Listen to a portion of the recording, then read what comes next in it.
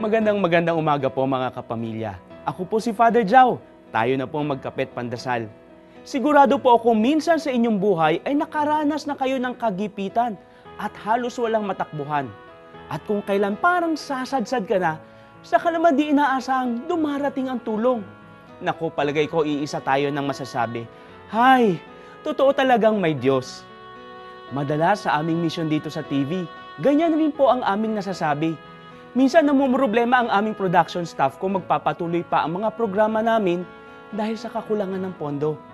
Pero minsan, bigla na lang may dumarating na donasyon. May checking malalaki ang halaga. Meron din namang mga pabarya-barya. Nakakakilabot kasi hindi namin inaasahan. Ang iba, galing pa sa mga simpleng tao lamang. Para sa amin, tanda ito na gusto ng Diyos ang aming ginagawa. Lagi kong naaalala ang ginawa ng Panginoon kina Pedro noong nangingisda sila. Magdamag silang walang nakukuha. Subalit nang sinunod nila ang kanyang salita, dumating ang hindi nila inaasahan, iba't ibang uri ng mga isda.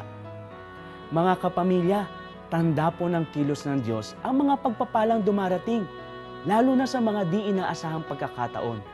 At kung susuriin, matatagpuan natin na maraming nangyayaring ganito sa ating buhay.